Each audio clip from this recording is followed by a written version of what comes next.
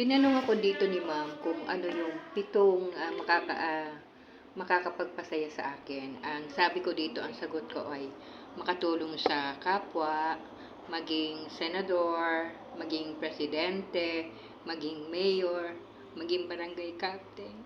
Naiiyak po ako.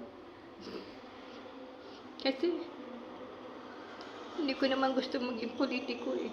Diyos lang ang gumawa ng paraan para pumasok ako sa hindi ko gusto.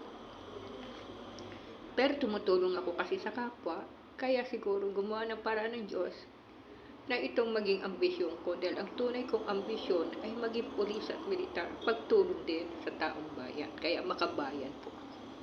Ang sunod ko pong sinabi dito ay maayos na buhay ng anak, kapatid, apo, bayaw, at sister-in-law.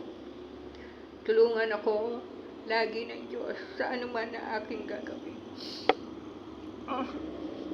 Naiiyak ako kasi ito ang naging pangarap ko, pero hindi ako binibigyan ng pagkakataon ng COMELEC na makatakbo ni Isiman dito.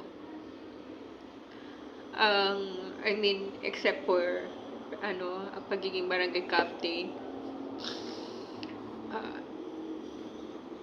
I hate politics, pero Diyos na nga ang gumawa ng paraan para pumasok ako sa hindi ko gusto.